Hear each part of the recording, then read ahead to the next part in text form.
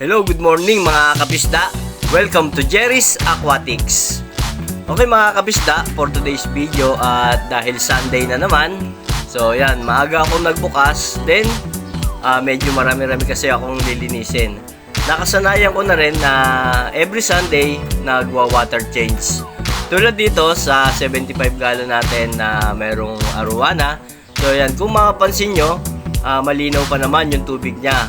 Then naglagay lang din ako ng yung kulay black ng Pleco or yung tinatawag na janitor para makatulong maglinis. Then ito, lilinisin ko lang yung pinaka-sump, yung mga filter niya, huhugasan ko. Then lilinisin ko lang dun sa ibabawas kong tubig na manggagaling dito sa tank.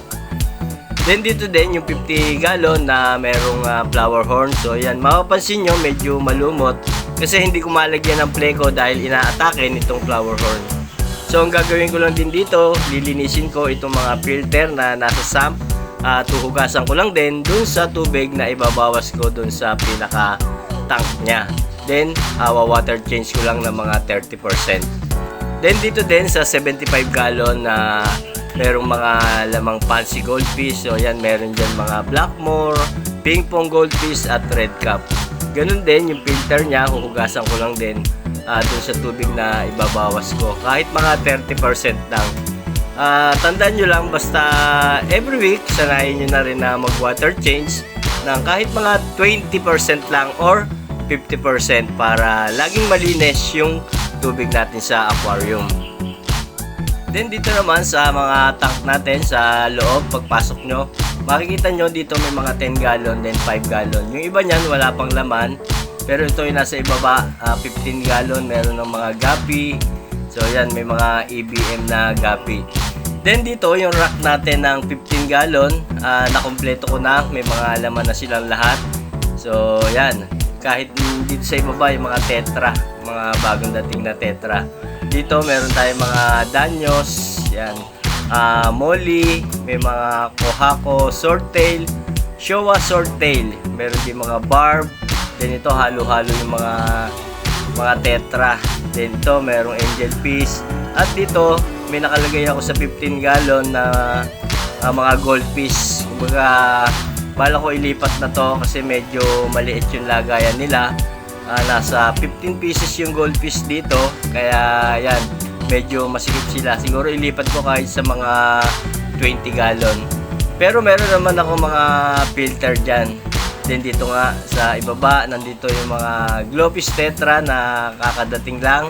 So yan, may mga tigda dalawang sponge filter din yan. Then dito mayroong mga danyos na puro green at ito naman yung mga balloon molly. So yan, may mga filter naman sila pero ito lahat sila, mapapansin nyo medyo malinis pa naman yung tank. So yan, iwa-water change ko lang sila ng mga 20% lang. So yan, may mga laman na lahat yung 15 gallon natin. Then dito sa rack ng mga gapi, mga kapisda, i-share ko na rin. Wala pa kasi ako mailagay. So yan, naglagay lang ako ng mga trio. Ito yung Dumbo Ear Mosaic. Then dito, ito yung tinatawag na ano nga ba tawag dito? Blue Dragon Snake Skin. So yan. Then dito merong half black blue. Puro trio lang muna yung niligay ko dito. At ito yung electric blue Moscow. So yan, i-breed ko na lang muna sila dyan. Then dito sa ibaba, yan, wala pa laman. Pero soon lalagyan ko rin ng laman yan.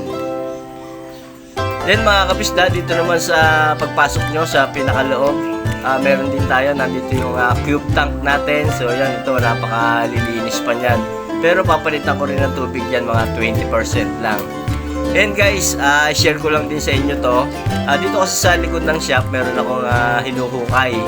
So yan, gagawa ako dito ng isang maliit na pond lang. So yan, bala ko dito, lagyan ng mga gapi. So yan, sari-saring gapi na. Kumbaga, ano na lang, gagawin ko na lang mga chops.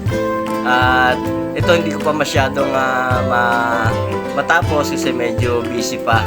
So yan, naghukay lang ako dito, then sisimentohan, nahalublakan. Then lalagyan ko rin siya ng ng lona na magiging parang trapal pond lang. At i-update ko kayo pagka natapos ko na itong ginagawa ko na pond. Okay, so yun mga kapisda, hanggang dito na lang muna yung video na to at maraming salamat sa mga nanonood ng ginagawa kong video at maraming salamat sa nagpa-follow at nagtitiwala.